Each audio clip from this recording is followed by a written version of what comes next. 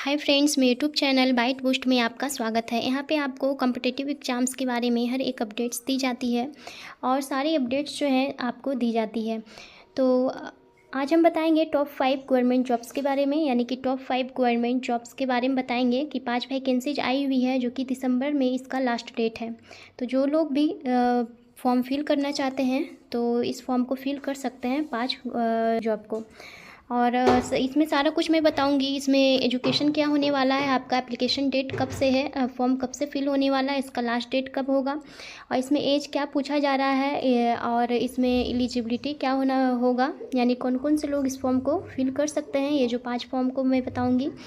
और अगर मेरा वीडियो अच्छा हो तो वीडियो को एंड तक जरूर से देखिएगा। अगर मेरा वीडियो अच्छा लगा हो तो एक बार लाइक जरूर से कीजिएगा। चैनल पे नए हो तो प्लीज़ सब्सक्राइब भी कीजिएगा और उसको शेयर भी जरूर से कीजिएगा। तो देखते हैं फर्स्ट में, यानी कि पहला है AOC यानी आर्मी ऑर्डिनेंस कॉर्प्स का वैकेंसी है। इसका एप्लीकेशन स्टार्ट डेट है 2/12/2024। 2 तारीख को इसका एप्लीकेशन क्या हो जाएगा, ऑनलाइन होना स्टार्ट हो गया है और 22 तारीख को इसका जो है लास्ट डेट है। तो 22 तारीख से पहले आप इसको फॉर्म को फिल कर सकते हैं। इसमें एज मांगा जा रहा है 18 से 25 साल। 18 से 25 साल तक के लोग इस फॉर्म को फिल कर सकते हैं। और एज रिलैक्सेशन भी दिया गया है। तो जो OBC से आते हैं उनके लिए 3 साल है, यानी 25 और 3 28 साल हो गया। और जो SC ST से आते हैं उनके लिए 5 साल है। और जो PWD से आते हैं उनके लिए 10 साल है। और आपका एज जो होना चाहिए 22/12/2024 तक होना चाहिए। टोटल जो पोस्ट इसमें है, टोटल पोस्ट जो है 723 पोस्ट इसमें है, कुल पोस्ट। इसमें आपका एजुकेशन क्वालिफिकेशन क्या होना चाहिए, तो जो टोटल पोस्ट जो है इसमें 723 है और अलग अलग पोस्ट के लिए यहाँ पे अलग अलग क्वालिफिकेशन मांगा गया है। तो सबसे पहले है यहाँ पे फायरमैन ट्रेड्समैन मेट MTS के लिए matriculation pass equivalent from a recognised university, यानी कि फायरमैन ट्रेड्समैन मेट और MTS के लिए आपका यहाँ पे 10th पास मांगा गया है। और मेले मांगा गया है graduate in any discipline from any recognised university, और डिप्लोमा इन मटेरियल मैनेजमेंट और diploma in engineering in any discipline from any recognised institution. यानी कि यहाँ पे मांगा गया है आपसे ग्रेजुएशन की डिग्री मांगा गया है मटेरियल असिस्टेंट के लिए, और यहाँ पे डिप्लोमा होना चाहिए इन मटेरियल मैनेजमेंट या फिर डिप्लोमा होना चाहिए इंजीनियरिंग इन डिसिप्लिन, यानी किसी भी इंस्टीट्यूट से।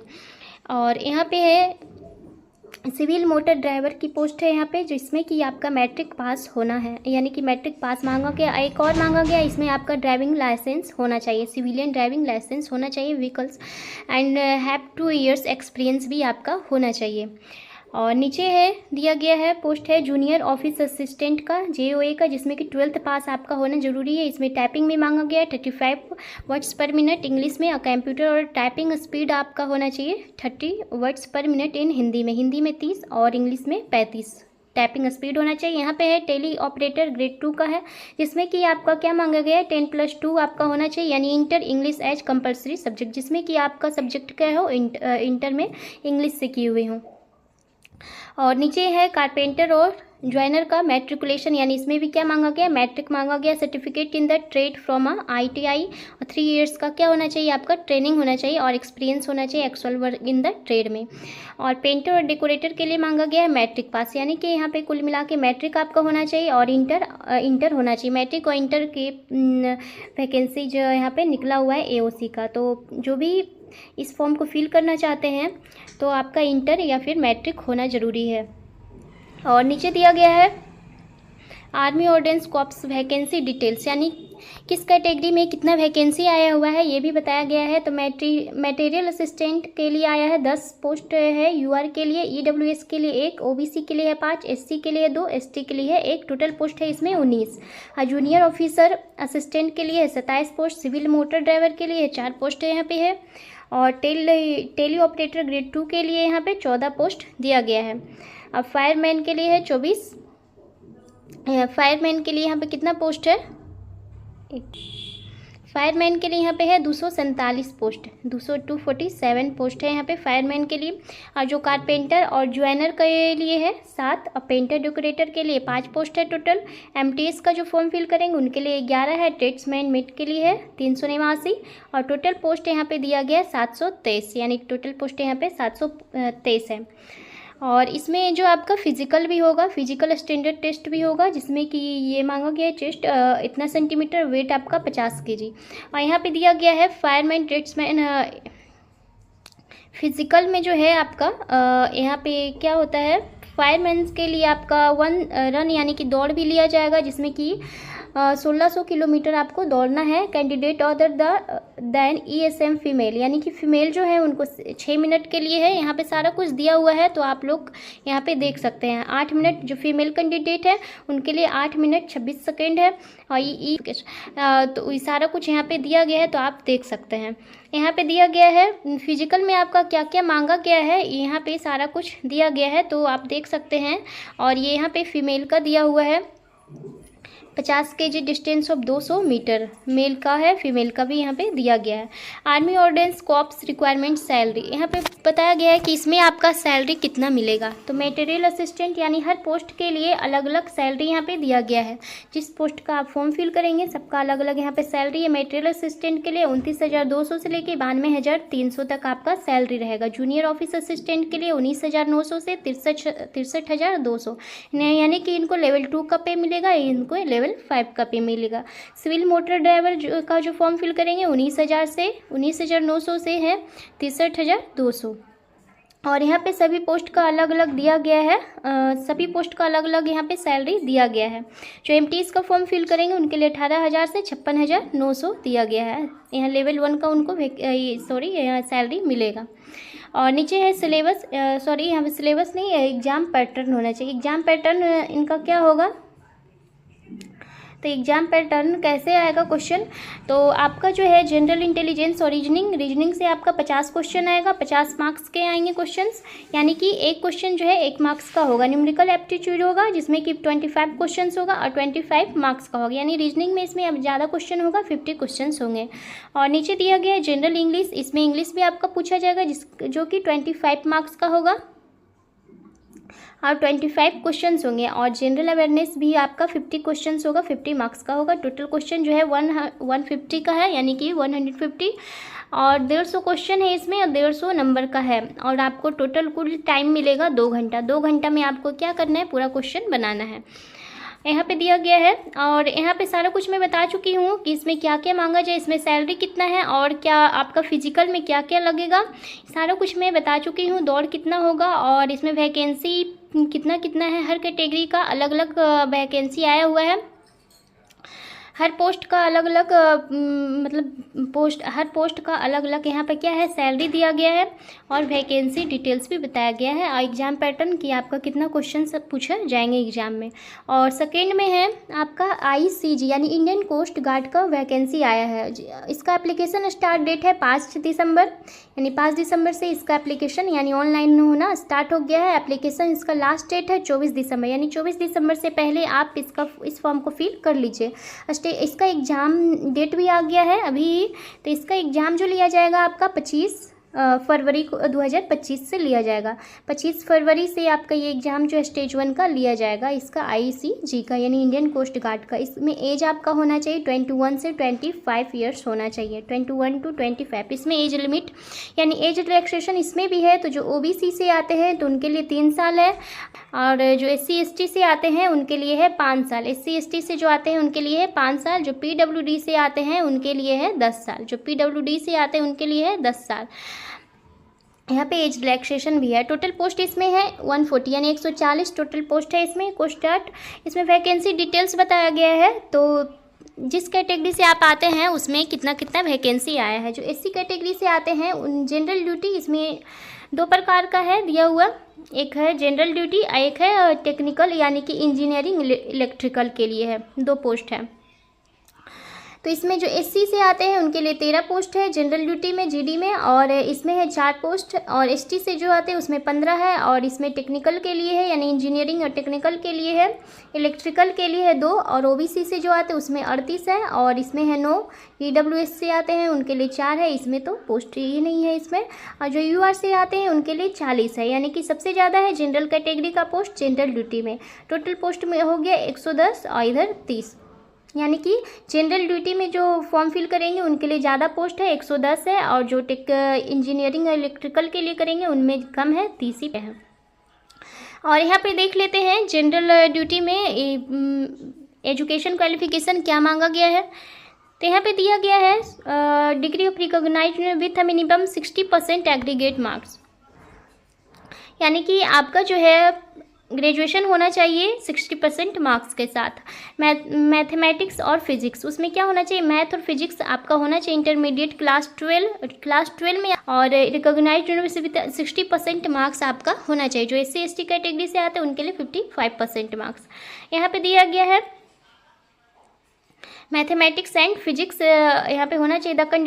यहाँ पे दिया गया है कि बॉर्न बिटवीन 1 जुलाई 2000 से 3 जून 2004 तक होना चाहिए, दोनों में से कोई एक।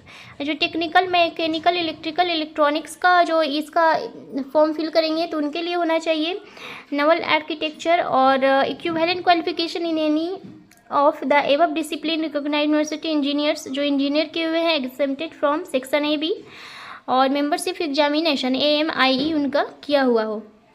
ये सारा कुछ यहाँ पे दिया गया है। और इसमें दिया गया है कि मैथ और physics R2 up to intermediate, inter में उनका मैथ और क्या हो, फिजिक्स होना चाहिए।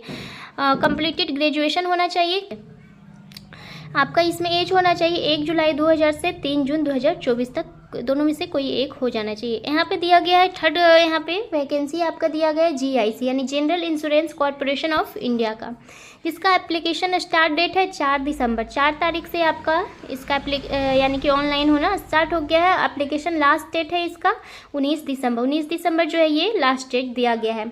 इसमें एग्ज़ाम डेट भी दिया गया है 5 जनवरी 2025। 5 जनवरी से में भी हो सकता है इसका एग्ज़ाम स्टार्ट हो जाए। इसमें टोटल पोस्ट जो है 110 है। इसमें एज लिमिट दिया गया है मिनिमम 21 और मैक्सिमम 30 ईयर्स। और आपका रिलैक्सेशन भी वैसा ही है। OBC का है 3 साल, SC/ST का है 5 साल, और जो PWD से आते हैं उनका है 10 साल। और इसमें दिया गया है वैकेंसी डिटेल्स में क्या है, तो इसमें है स्ट्रीम डिसिप्लिन टोटल पोस्ट, यानी कि जो जनरल से आते हैं उनके लिए 18 पोस्ट है। जनरल से जो आते हैं ये नहीं है, यहाँ पे पोस्ट का नाम दिया गया है और यहाँ पे टोटल पोस्ट दिया गया है। जो जनरल से फिल कीजिएगा उनके लिए 18 पोस्ट है, लीगल से कीजिएगा उनके लिए 9 है। HR सबका जो है एजुकेशन क्वालिफिकेशन अलग अलग दिया गया है, हर पोस्ट का क्वालिफिकेशन जो है अलग अलग है। तो जिस पोस्ट पर आप फॉर्म फिल कीजिएगा तो उसमें आपको देखना होगा कि आपका एजुकेशन क्या है, यानी कि क्वालिफिकेशन क्या है, उस हिसाब से आप पोस्ट फिल कीजिएगा इसमें। तो यहाँ पे देखिए एलिजिबिलिटी क्राइटेरिया दिया गया है।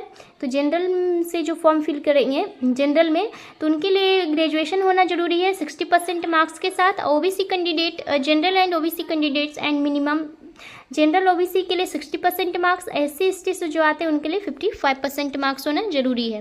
यहाँ पे लिखा हुआ है लीगल, इसमें बैचलर डिग्री लॉ होना चाहिए आपका, और 60% मार्क्स के साथ जो HR का फॉर्म फिल करेंगे HR से उनका ग्रेजुएट होना चाहिए 60% मार्क्स। और बोला गया यहाँ पे graduate in any discipline with minimum 60% marks, यानी कि आपका किसी भी सब्जेक्ट से ग्रेजुएशन होना चाहिए and minimum 55% marks and post graduate in HRM and personal management. यहाँ पे आपका पोस्ट ग्रेजुएट भी खोजा जा रहा है। जो भी इंजीनियरिंग का फॉर्म फिल करेंगे उनके लिए बैचलर डिग्री है civil, aeronautical, marine, mechanical, electrical with minimum 60% marks के साथ। जनरल OBC के लिए 55% मार्क्स। यहाँ पे सारा कुछ दिया हुआ है। जो IT से फॉर्म फिल करेंगे और जो इंश्योरेंस से करेंगे, मेडिकल, सारा कुछ का यहाँ पे दिया गया है। फाइनेंस से जो करेंगे उनका जो होना चाहिए BCom होना चाहिए 60% मार्क्स, और जो SC/ST है उनका 55% मार्क्स होना जरूरी है। यहाँ पे दिया गया है चौथा में है नैनीताल बैंक क्लर्क भर्ती में रिक्त पदों की संख्या, यानी कि नैनीताल बैंक क्लर्क का आया है फॉर्म, जिसमें कि एप्लीकेशन आपका स्टार्ट डेट है 4 दिसंबर से इसका ऑनलाइन स्टार्ट हो गया है। 4 दिसंबर से इसका ऑनलाइन स्टार्ट हो गया है। एप्लीकेशन लास्ट डेट है इसका 22 दिसंबर। और इसमें एज मांगा जा रहा है मिनिमम 21 ईयर्स और मैक्सिमम 32 ईयर्स मांगा जा रहा है। इसमें टोटल पोस्ट जो है आपका 25 पोस्ट ही आया है। इसमें फ़ी आपका इसमें लगेगा, किसी भी कैटेगरी से हैं आपका 1000 फ़ी इसमें लगेगा। इसमें एजुकेशन क्या होना चाहिए आपका, किसी मान्य प्राप्त विश्वविद्यालय या संस्थान से किसी भी स्ट्रीम में ग्रेजुएशन होना चाहिए आपका, या फिर पोस्ट ग्रेजुएट होना चाहिए। कंप्यूटर में आपका नॉलेज होना चाहिए, हिंदी और अंग्रेजी भाषाओं के ज्ञान को प्राथमिकता दी जाएगी। यहाँ पर सिलेक्शन आपका कैसे होगा, तो सबसे पहले आपका सीबीटी एग्ज़ाम होगा सबसे पहले आपका सीबीटी होगा, फिर इंटरव्यू लिया जाएगा, उसके बाद डॉक्यूमेंट वेरिफिकेशन होगा। 5वां यहाँ पे दिया गया है वैकेंसी है SCI supreme court of India. इसका एप्लीकेशन स्टार्ट डेट आपका है 4 दिसंबर से ये एप्लीकेशन जो है यानी ऑनलाइन स्टार्ट हो जाएगा, और एप्लीकेशन लास्ट डेट है यानी ऑनलाइन का लास्ट डेट है 25 दिसंबर, यानी 25 दिसंबर इसका लास्ट डेट है। तो इससे पहले आप इस फॉर्म को फिल कर लीजिएगा। यहाँ पे दिया गया है एप्लीकेशन फ़ी, आपका फ़ी इसमें कितना लगेगा, तो जो जनरल EWS और OBC से आते हैं तो उनका 1000 फ़ी लगेगा यहाँ पे, और जो SC ST और PWD और जो फीमेल है तो उनका 250 लगेगा।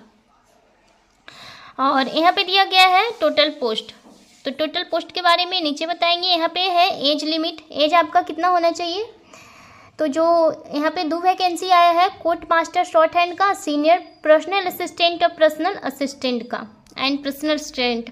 तो इसमें आपका होना चाहिए 30 से यानी 30 से 45 साल, और इसमें आपका 18 से 30 साल होना चाहिए, यानी कि मिनिमम है 18 साल, मैक्सिमम 30, इसमें मिनिमम है 30 और मैक्सिमम 45 है। तो इसमें वैकेंसी देख लेते हैं किस पे कितना वैकेंसी आया है, किस पोस्ट पे। तो कोर्ट मास्टर शॉर्ट हैंड के लिए आया 31 वैकेंसी आया है, यानी 31 वैकेंसी है इस पे। और सेकेंड में आपका है सीनियर पर्सनल असिस्टेंट SPA, तो इसमें है 33 वैकेंसी आया है। तो इसमें एलिजिबल क्या होना चाहिए आपका, यानी कि एजुकेशन क्वालिफिकेशन क्या होना चाहिए, इसमें bachelor degree in any stream from any recognised university in India, और आपको आना चाहिए इंग्लिश शॉर्ट हैंड 120 WPM। इसमें शॉर्ट हैंड खोजा जा रहा है, इसमें शॉर्ट हैंड आपका होगा तभी इस फॉर्म को फिल कर सकते हैं, और उसके साथ आपको 5 साल का एक्सपीरियंस भी होना चाहिए, तब आप इस फॉर्म को फिल कर सकते हैं कोर्ट मास्टर शॉर्ट हैंड का। नीचे दिया गया है सीनियर पर्सनल असिस्टेंट SPA, इसमें 33 वैकेंसी है, जिसमें कि आपका बैचलर डिग्री होना चाहिए किसी भी यूनिवर्सिटी से, किसी भी सब्जेक्ट से बैचलर डिग्री, और आपको इंग्लिश शॉर्ट हैंड आना चाहिए, तब इस वैकेंसी को आप फिल कर सकते हैं, इस फॉर्म को फिल कर सकते हैं किसी भी पोस्ट पे। यानी इसमें क्या मांगा जा रहा है, आपका शॉर्ट हैंड मांगा जा रहा है। और यहाँ पे सारा कुछ बता चुकी हूँ मैं, तो इसमें जो है ऑफिशियल नोटिफिकेशन भी दिया गया है, तो आप उसको भी देख सकते हैं।